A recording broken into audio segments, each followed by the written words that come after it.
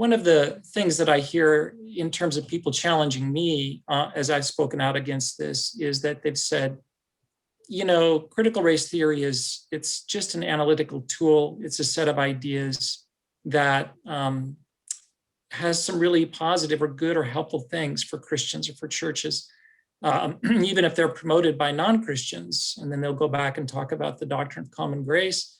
Even if they're promoted by non-Christians, there's things that we can bring in or borrow from this set of ideas or this ideology we can borrow. And, they kind of use this phrase, we can eat the meat and spit out the bones. We don't need to take the bad stuff. We can just take the good stuff.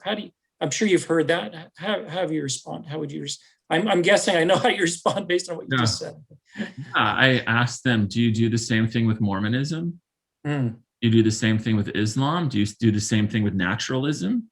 Do you do the same thing with Hinduism? I mean, I'm sure that Christians can learn a lot of great things about how to be nice people from Mormons. Do you go study Mormon stuff and go read their books in order to figure that out? I mean, Islam, they really get people passionately involved in their worldview. I mean, do you go study Islam in order to do that? So why would we do that with Marxism?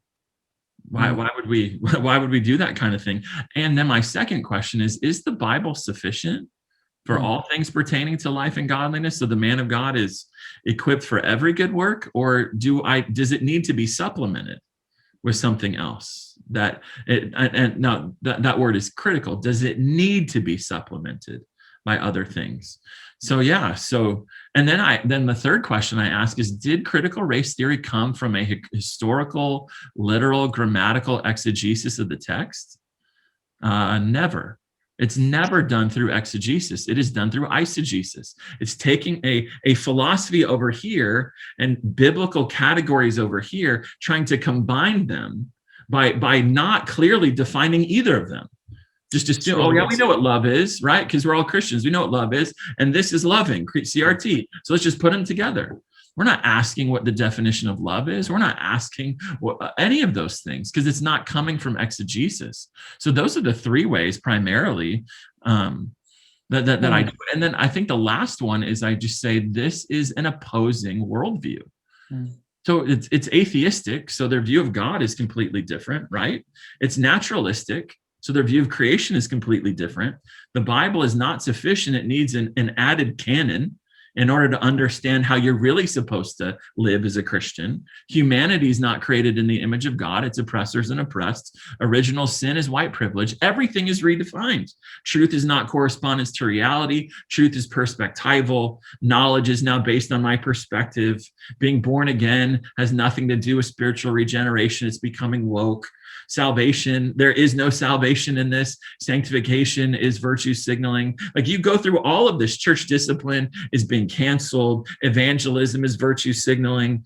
This is a completely different worldview, a completely different gospel, which is why 120 years ago, when the social justice movement was being pushed for completely different reasons, it split Christianity into the mainline and the evangelical.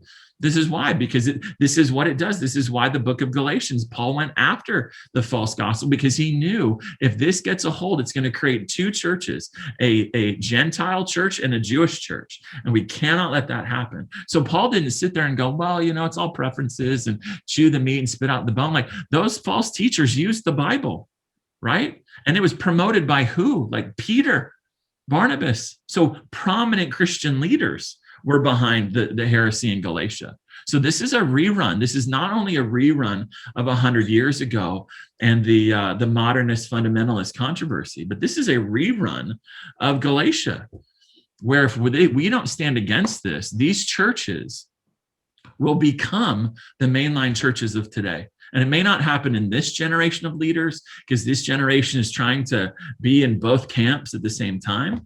But eventually their disciples will be like, what do I need that for? What do I need evangelicalism for? And this becomes then a pathway to progressive Christianity, which is really not Christianity at all.